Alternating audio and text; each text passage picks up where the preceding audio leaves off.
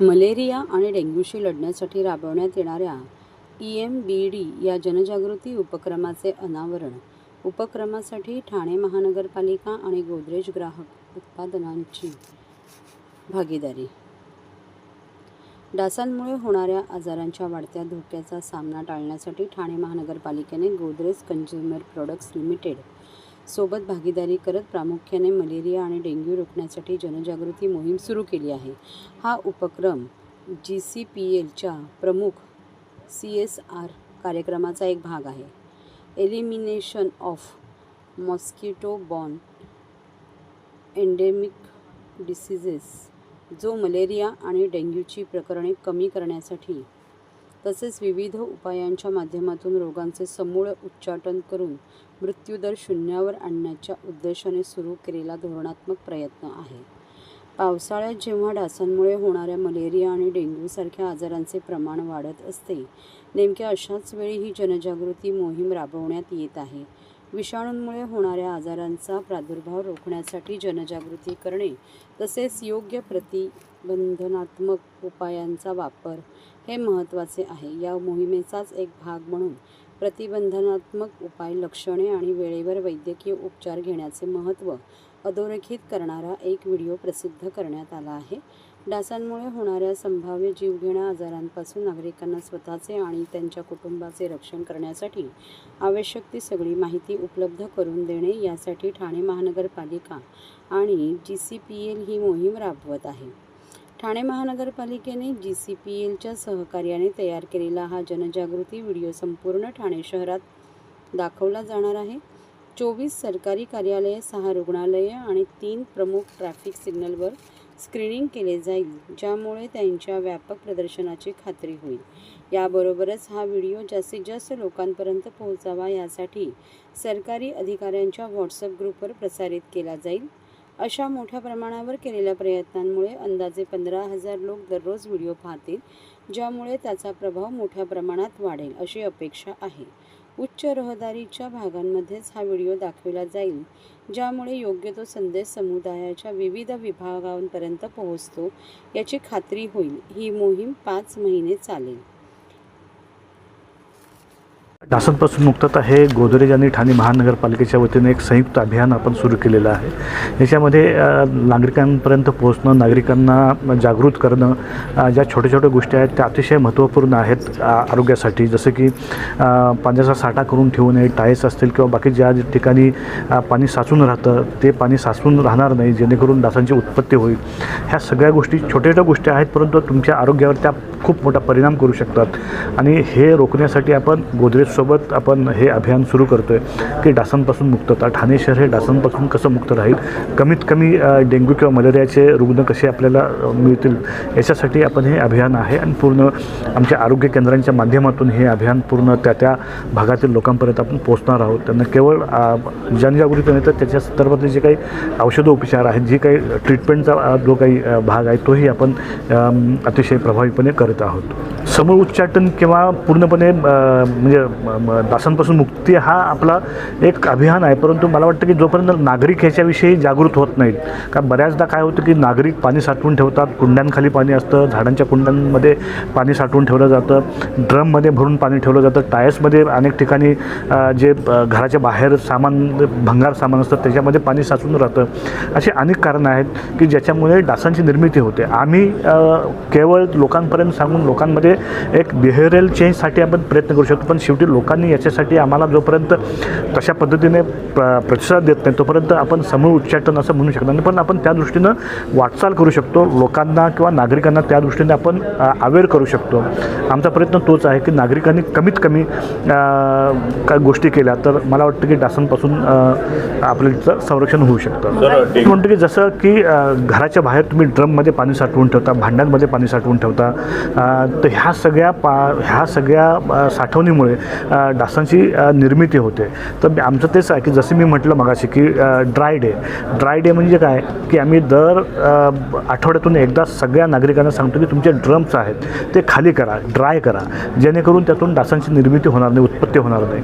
तर मला वाटतं की ह्या छोट्या छोट्या गोष्टी आहेत. मी वारंवार सांगतो की ह्या छोट्या गोष्टी आहेत. ह्या छोट्या गोष्टीची जर आपण खरोखरच काळजी घेतली तर मला वाटतं की जे डासांचं निर्मूलन आहे ते होण्यास मदत होईल. कैंपेन हमारे लिए बहुत इम्पोर्टेंट है क्योंकि हर साल डेंगू मलेरिया के केसेस होते हैं और हमारा ये प्रोग्राम है जो देश में बहुत सक्सेसफुल और इम्पैक्टफुल हुआ है. तो हमने ऐसे सोचा कि हम महाराष्ट्र में ये क्यों नहीं करें. और थाने म्यूनसिपल कॉरपोरेशन तो एक बहुत अच्छा पार्टनर है जो पहले से भी हम थाने म्यूनसिपल कॉरपोरेशन के साथ काम किए हैं और उन्होंने बहुत सपोर्ट एक्सटेंड किया कि आप लोग यहाँ पे आइए, यहाँ पे ये एम्बेड प्रोग्राम चलाइए और हम इकट्ठा इस प्रॉब्लम को एड्रेस कर सकते हैं. क्योंकि ये मलेरिया डेंगू ऐसा चीज़ नहीं है जो सिर्फ एक गवर्नमेंट या एक कंपनी या एक सिटीज़न कुछ कर सकता है. हमें सब इकट्ठा रिस्पॉन्सिबिलिटी लेना है और यही हमारा इंडेवर है कि हम टीएमसी का पार्टनर हो और जो इनके एम्बिशन है वो हम पूरा सपोर्ट देंगे उनको. हमारा एक NGO partner family health India है जिनके पास एक 14 मेंबर टीम है जो यहाँ पर थाने में काम करते हैं. उसके अलावा हमने यूथ को मोबिलाइज और इंस्पायर भी किए हैं कि थाने के यूथ भी इस प्रोग्राम के साथ जुड़ जाए. और 45 यूथ वॉलंटियर्स ऐसे हैं जो लोकल यंग पीपल है जो यहाँ पे सोशल इम्पैक्ट बढ़ाना चाहते हैं और डेंगू मलेरिया को एड्रेस करना चाहते हैं. तो इकट्ठा in addition to of course teams of TMC ये है हमारा टीम जो थाने में काम कर रहे हैं.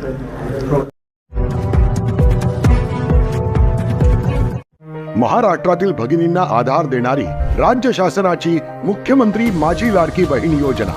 या योजनेअंतर्गत अल्प उत्पन्न गटातील 21 ते 65 वयोगटाच्या भगिनींना मिळणार दरमहा 1500 रुपयाची मदत. अर्ज करण्यासाठी 31 ऑगस्ट 2024 पर्यंत मुदतवाढ. कुटुंबाचं वार्षिक उत्पन्न 2.5 लाख रुपयांपेक्षा कमी असलेल्या महिला पात्र. कुटुंबाकडे पिवळं किंवा केशरी रेशन कार्ड असल्यास उत्पन्नाचा दाखला आवश्यक नाही. पांढरं रेशन कार्ड असेल किंवा रेशन कार्ड नसेल तर कुटुंबाचं वार्षिक उत्पन्न 2.5 लाखांपेक्षा कमी असल्याचा दाखला आवश्यक. योजनेसाठीचा ऑनलाईन अर्ज नारी शक्ती दूत ॲपवरून किंवा पोर्टलवर भरता येईल. ज्या भगिनींना ऑनलाईन अर्ज भरता येत नसेल त्यांच्यासाठी अंगणवाडी, ग्रामपंचायत, वॉर्ड ऑफिस, सेतू सुविधा केंद्रामध्ये किंवा आशाताई बचत गटाच्या CRP यांची मदत उपलब्ध. आता आपल्याला अभिमानानं म्हणता येईल सुखी आणि सुरक्षित आहे माझी लाडकी बहीण.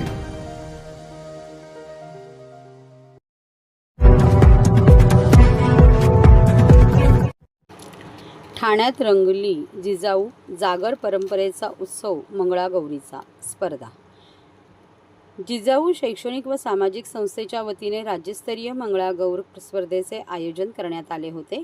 काशीनाथ घाणेकर नाट्यगृहात या ठिकाणी पार पडलेल्या या कार्यक्रमात हजारोंच्या संख्येने महिलांनी उपस्थिती लावली होती. या कार्यक्रमाप्रसंगी सामाजिक, सांस्कृतिक आणि राजकीय क्षेत्रातील अनेक मान्यवर उपस्थित होते. जिजाऊ संस्थेच्या वतीने आयोजित सर्व वयोगटातील महिलांनी या स्पर्धेत सहभाग घेत या कार्यक्रमात रंगत आणली होती. विविध ठिकाणाहून आलेल्या अनेक महिला मंडळींनी आपल्या स्फूर्त अशा सादरीकरणाने जिजाऊ संस्थेची मंगळागौर स्पर्धा ही विशेष लक्षवेधी ठरली. पारंपरिक आणि आधुनिक मंगळागौर यांची सांगड घालत सामाजिक संदेशही या माध्यमातून त्यांनी दिला. यावेळी अभिनेत्री आणि नृत्यांगना नमिता पाटील यांनी एक सुंदर असे नृत्य सादर करत उपस्थितांमध्ये जल्लोष निर्माण केला. तर big boss fame Ruchita Jadhav हिने देखील सहभागी झालेल्या महिला मंडळासोबत सहभाग घेत आनंद लुटला. जिजाऊ शैक्षणिक आणि सामाजिक संस्था ही गेली 15 वर्ष कोकणातील पालघर, ठाणे, रायगड, रत्नागिरी आणि सिंधुदुर्ग या 5 जिल्ह्यात आरोग्य, शिक्षण, रोजगार, शेती आणि महिला सक्षमीकरण या मुद्द्यांवर काम करीत आहे. संस्थेमार्फत चालू असलेल्या विविध मोफत उपक्रमांचा लाभ समाजातील गोरगरिबांना होत आहे. आजपर्यंत लाखोच्या संख्येने या उपक्रमाचा लाभ अनेक गरजूंनी घेतला आहे. याच अनुषंगाने संस्थेचे संस्थापक निलेश सांबरे यांच्या मार्गदर्शनाखाली महिला सक्षमीकरण विभागाअंतर्गत समाजातील विविध गरजू होतकरू आणि विविध कौशल्य असलेल्या महिलांनी एकत्रित यावे, त्यांच्या विचारांची देवाणघेवाण व्हावी, त्यांच्यातील कलागुण वाढीस लागावे आणि त्यांच्या कुटुंबाला हातभार लागण्यासाठी जिजाऊ संस्थेच्या माध्यमातून सुरू असलेल्या लघु उद्योग, स्वयंरोजगार, प्रशिक्षण अशा विविध उपक्रमांची माहिती या महिलांना मिळावी आणि त्याचा त्यांना लाभ व्हावा या हेतूने संस्था मंगळागौर सारख्या विविध कार्यक्रमाच्या माध्यमातून अनेक उपक्रम राबवत आहे. यावर्षीही या परंपरेचा जागर करत मंगळागौर हा उत्सव आयोजित करण्यात आला होता. यावेळी उपस्थितांशी संवाद साधताना निलेश सामरे म्हणाले की प्रत्येक दिवस आपल्या संसाराच्या रहाटगाड्यात गुंतलेल्या आमच्या माता भगिनींना थोडा विरंगुळा मिळावा म्हणून मंगळागौर सारख्या कार्यक्रमाचे आयोजन करण्यात येत असते. आज त्यांच्या चेहऱ्यावरचा आनंद पाहून फार आनंद वाटला. मात्र हाच आनंद कोलकाता आणि बदलापूर सारख्या घडणाऱ्या घटना या हिरावून घेत असतात. अशा समाजविघातक वृत्तींचा बिमोड करण्यासाठी शासनाने कठोर पावले उचलावीत असे देखील सामरे यांनी प्रसारमाध्यमांशी संवाद साधताना म्हणाले. या स्पर्धेत प्रथम आलेल्या मंडळाला प्रथम पारितोषिक 51,000, द्वितीय पारितोषिक 25,000, तृतीय पारितोषिक 10,000 आणि उत्तेजनार्थ पारितोषिक 5,000 तसेच उत्तेजनार्थ पारितोषिक 2,000चे एकूण 5 बक्षिसे असे वितरण करण्यात आले. या प्रसंगी अनेक मान्यवर उपस्थित होते. कार्यक्रमाचं आयोजन केलं आहे महिलांसाठी, मात्र एकीकडे जर बघितलं तर बदलापूरची घटना ताजीच आहे. काय सांगाल? अत्यंत दुर्दैवी घटना बदलापूरमध्ये झालेली आहे. का आपण बघतोय का इतकी घृणास्पद गोष्ट ठाणे जिल्ह्यामध्ये मला वाटतं प्रथमतःच झालेलं आहे का 2 मुलींवरती शाळेमध्ये अशा प्रकारचं कृत्य झालेलं आहे.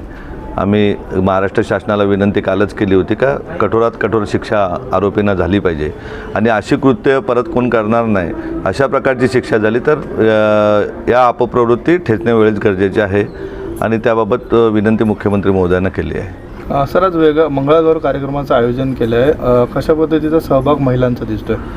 आज महाराष्ट्रातील आपण भगिनींना मंगलागौरीचा म्हणजे राज्य लेवलची मंगलागौरीची स्पर्धा आज ठेवण्यात आलेली आहे आणि खूप चांगला प्रतिसाद महिलांनी दिला आहे. अगदी कोकणाच्या प्रत्येक जिल्ह्यातून भगिनी आलेल्या आहेत, ग्रामीण भागातून आलेल्या आहेत. आज आनंद तोच वाटतो का ज्या बदलापूरसारख्या घटना होता त्याला कारण आहे का महिला सुरक्षित नाही, परंतु जर महिलेला एवढ्या मोठ्या प्रमाणात जर स्टेज निर्माण करून उत्पन्न आपण तयार करून त्याला स्टेज डेअरिंग दिली तर मला वाटतं अशा घटना वेळच्या वेळी आमच्या भगिनी ठेचून काढतील आणि आज त्यांच्या रोजच काम करणारी आपली भगिनी असते, तिला आज चांगला दिवस आहे का त्या चांगल्या हसतात, खेळतात, नाचतात ते बघून खूप आनंद वाटतो.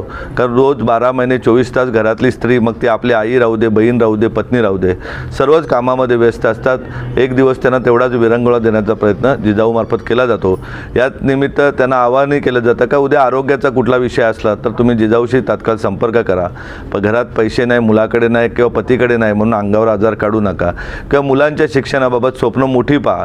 कारण डॉक्टर बाबासाहेब आंबेडकर किंवा छत्रपती शिवाजी महाराज काय इतिहास लिहायचं जन्माला घेऊन नव्हते आले, त्यांनी प्रयत्न केले, त्यांच्या आयांनी त्यांना पाठिंबा दिला, वडिलांनी पाठिंबा, कुटुंबांनी दिला, तर आज जगामध्ये त्यांना पूजलं जातं. तर अशा प्रकारे प्रत्येक छोट्या बच्चूला जर आकार देण्याचं काम आपण केलं तर नक्कीच आपल्या देशाचं नाव जगामध्ये पुढे जाईल, आपल्या राज्याचं नाव देशामध्ये पुढे जाईल. अशा प्रकारचे विद्यार्थी घडवण्याबाबत भगिनींना विनंती केलेली आहे. थँक्यू.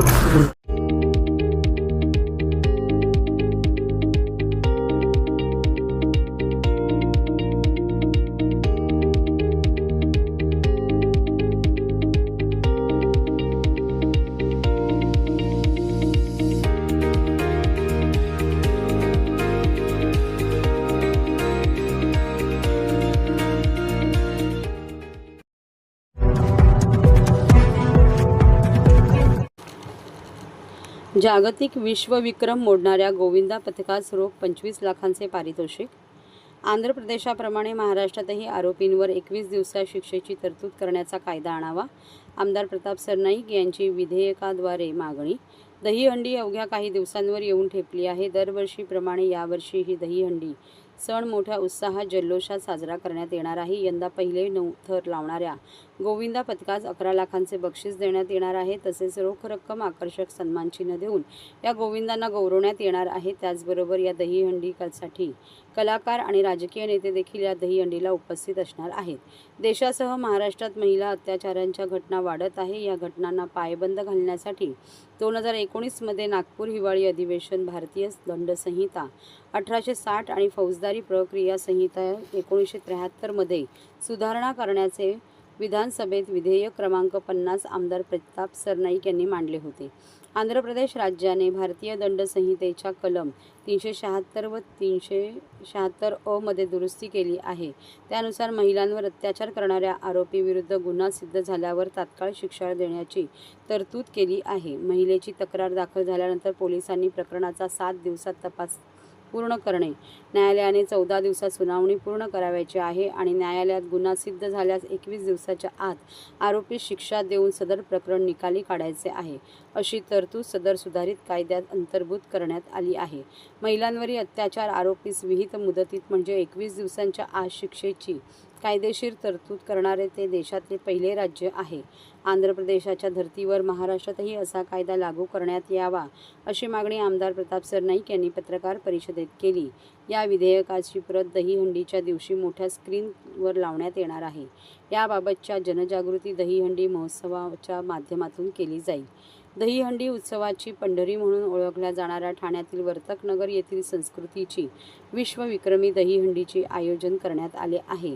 या दहीहंडी उत्सवात 9 थर लावणाऱ्या गोविंदा पथकास 5 लाख व आकर्षक ट्रॉफी, 8 थर लावणाऱ्या गोविंदास पथकास 25,000 व आकर्षक ट्रॉफी, 7 थर लावणाऱ्या गोविंदा पथकास 15,000 व सन्मानचिन्ह, 6 थर लावणाऱ्या गोविंदा पथकास 10,000 व सन्मानचिन्ह, 5 थर लावणाऱ्या गोविंदा पथकास 5,000 व सन्मानचिन्ह तसेच मुंबई, ठाणे येथील महिलांचे गोविंदा पथकाला सुद्धा विशेष मान देण्यात येणार असून त्यांच्यासाठीही विशेष पारितोषिक ठेवले आहे. Guinness world record, Limca world record सुद्धा या ठिकाणी झालेले आहेत आणि आता या उत्सवामध्ये सुद्धा काहीतरी वेगळं अजून एखादा विक्रम प्रस्थापित व्हावा अशी आमची अपेक्षा आहे आणि त्यामुळे सगळ्यात जास्त जो विश्वविक्रम आहे तो मोडणाऱ्या गोविंदा पथकांना 25 लाख रुपये, 9 थर पहिल्यांदा लावणाऱ्या गोविंदा पथकाला 11 लाख रुपये आणि त्यानंतर 9 थर लावणाऱ्या प्रत्येक गोविंदा पथकाला 5 लाख रुपये, 8 थर लावणाऱ्या गोविंदा पथकाला 25,000, 7 थर लावणाऱ्या गोविंदा पथकाला 15,000,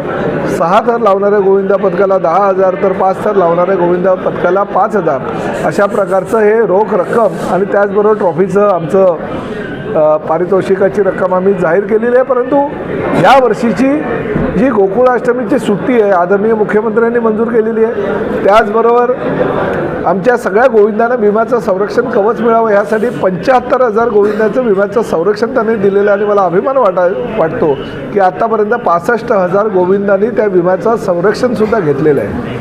त्यामुळे भविष्यामध्ये जर हे विम्याचं संरक्षण वाढवायची गरज असेल तर तेही वाढवण्याची जबाबदारी माननीय मुख्यमंत्र्यांनी घेतलेली आहे. मी मुख्यमंत्री एकनाथ शिंदे साहेबांचं मनापासून अभिनंदन करतो आणि त्यांचे आभार व्यक्त करतो की गोविंदा ह्या उत्सवाला त्यांनी एक वेगळ्या प्रकारचं स्वरूप प्राप्त करून दिलं आणि प्रो गोविंदा करण्यासाठी समन्वय समिती आणि त्याचबरोबर पूर्वेश सरनाईकांना हवं ते सगळं सहकार्य केलं.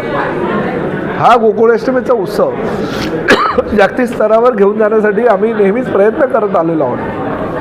परंतु नुकतंच बदलापूरमध्ये एक घटना घडली.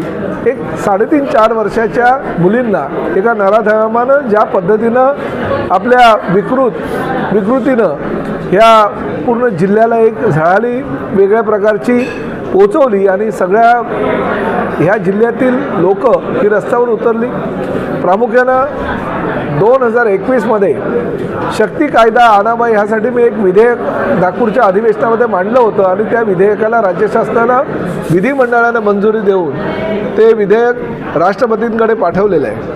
ह्या गोकुळाष्टमीच्या निमित्तानं मी सगळ्या गोविंदांना आवाहन करणार आहे की शेवटच्या थरावर चढलेला आमचा जो गोविंदा आहे तो सलामी देण्याच्या ऐवजी त्यांनी या विधेयकाची कॉपी जर त्या ठिकाणी फडकवली आणि राष्ट्रपतींना आवाहन केलं, विनंती केली की लवकरात लवकर हा कायदा मंजूर करा जेणेकरून असे नराधम परत असे कृत्य करायला त्यांना इच्छा होणार नाही किंवा ते तसे कृत्य करणार नाही.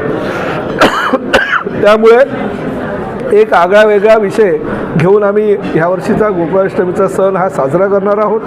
आपल्याला विनंती आहे की आपल्या माध्यमातून सुद्धा जास्तीत जास्त ह्या सगळ्या उत्सवाचं संकलन करून लोकांपर्यंत जनजागृती ह्या विधेयकाची व्हावी यासाठी आपण सगळे सहकार्य करावं. काही दिवसांपूर्वीच काही ठाण्यातल्या गोविंदाची पत्रकार परिषद घेतली इन्शुरन्सबाबत, मात्र त्याचं कोणतरी श्रेय लाटण्याचा प्रयत्न करतो. बघा कसं आहे की काही चांगल्या गोष्टी घडत असताना काही लोक विरोधाभास हा दाखवत असतात. मला अभिमानानं सांगावंसं वाटतं आणि त्या सगळ्या आमच्या समन्वय समितीच्या आमच्या पदाधिकाऱ्यांचं कौतुक करावंसं वाटतं की मुख्यमंत्री एकनाथ शिंदे साहेबांनी 75,000 गोविंदाचं विम्याचं संरक्षण त्यांना दिलं आणि संरक्षण दिल्यानंतर आजपर्यंत 65,000 गोविंदांनी नोंदणीसुद्धा केली. किंबहुना जे काही पत्रकार परिषद घेऊन ह्या गोविंदांना अजूनपर्यंत संरक्षण मिळालं नाही असं सांगत होते, त्यांच्याच मंडळातल्या जवळजवळ 80 मुलांनी हे गोविंदाचं संरक्षणाचं कवच आपल्याकडे घेतलेलं आहे. त्यामुळे काही लोक असतात की राजकीय हेतू मनामध्ये ठेवून काही गोष्टी करत असतात.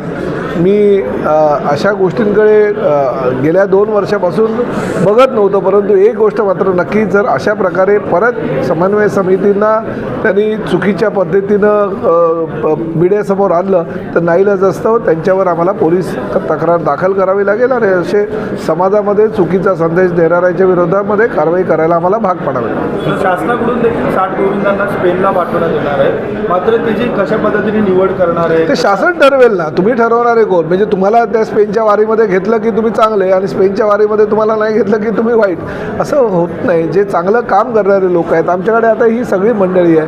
जय जवानचे प्रशिक्षक डेव्हिड आहे, ज्यांनी सुप्रीम कोर्टापर्यंत जाऊन ह्या गोविंदांना संरक्षण दिलं, तो अभिषेक आमच्याबरोबर आहे.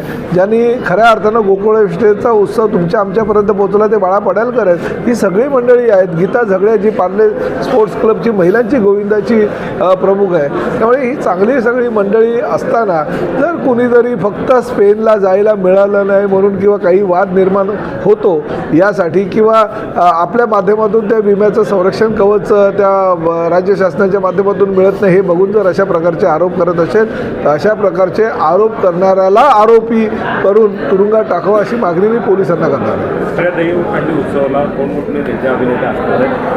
राज्याचे मुख्यमंत्री आदरणीय एकनाथ शिंदे साहेब, उपमुख्यमंत्री देवेंद्र फडणवीस, आम्ही अजित पवारांना सुद्धा विनंती करणार आहोत तुम्ही पण यावं. आणि अभिनेते तर येतच राहतात दरवर्षी, त्यामुळे अभिनेत्यांनाही आम्ही आमंत्रित करणार आहोत की या आणि ठाणेकर पूर्ण या गोकुळाष्टमीच्या उत्सवामध्ये स्वतःला न्हावून घेत असतो. त्या सगळ्या उत्सवामध्ये आपण सगळ्यांनी सहभागी व्हावं अशी विनंती करणार आहोत. परंतु चांगले कलाकार येण्याची शक्यता नाकारता येत नाही. महिला गोविंदा पथकासाठी सुद्धा आम्ही विशेष आकर्षक बक्षिसं आणि ट्रॉफी ठेवलेलीच आहे. परंतु पुरुष गोविंदा पथकांना ज्या थरावर थर लावणारे जेवढी बक्षिसं आहेत त्यापेक्षा त्यांच्यापेक्षा डबल बक्षिसं ही आम्ही महिला गोविंदा पथकांना देणार आहोत. नौपाडा कोपरी परिसरात अनधिकृत फेरीवाल्यांवर महापालिकेची कारवाई. ठाणे महानगरपालिका हद्दीतील नौपाडा कोपरी प्रभाग समिती परिसरातून अनधिकृत फेरीवाल्यासंदर्भात वारंवार तक्रारी प्राप्त होत होत्या. या तक्रारीच्या अनुषंगाने आज नौपाडा कोपरी परिसरातील अनधिकृत फेरीवाल्यांवर अतिक्रमण विभागामार्फत कारवाई करून सदरचा परिसर फेरीवाला मुक्त करण्यात आला. नौपाडा कोपरी प्रभाग समितीतील नारायण कोळी चौक, अष्टविनायक चौक, बारा बंगला परिसर, ठाणेकरवाडी, ठाणे रेल्वे स्टेशन पूर्व 150 मीटर परिसरातील फेरीवाल्यांवर कारवाई करण्यात आली. या कारवाई दरम्यान अनधिकृत फेरीवाले यांच्या 20 हातगाड्या जप्त करण्यात आल्या व पदपथावर अतिक्रमण केलेल्या फेरीवाल्यांवर कारवाई करून सदरचा परिसर स्वच्छ आणि फेरीवाला मुक्त करण्यात आला. सदरची कारवाई उपायुक्त परिमंडळ 2चे उपायुक्त शंकर पाटोळे, सहाय्यक आयुक्त सोपान भाईक यांचे मार्गदर्शनाखाली अतिक्रमण विभागामार्फत करण्यात आली.